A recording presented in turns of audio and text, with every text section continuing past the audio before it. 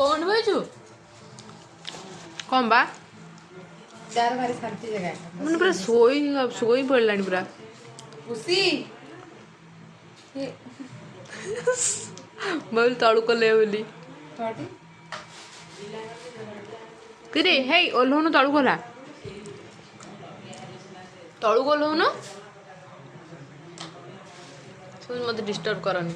मो पूरा आखिल को लाइट पकानी मैंने सो ही बोली में से होबा बाहर नहीं धोई सुन ढो कि गोटे गाल बसैबी उठ तथा धनी आई गोटे बाड़ी गड़ला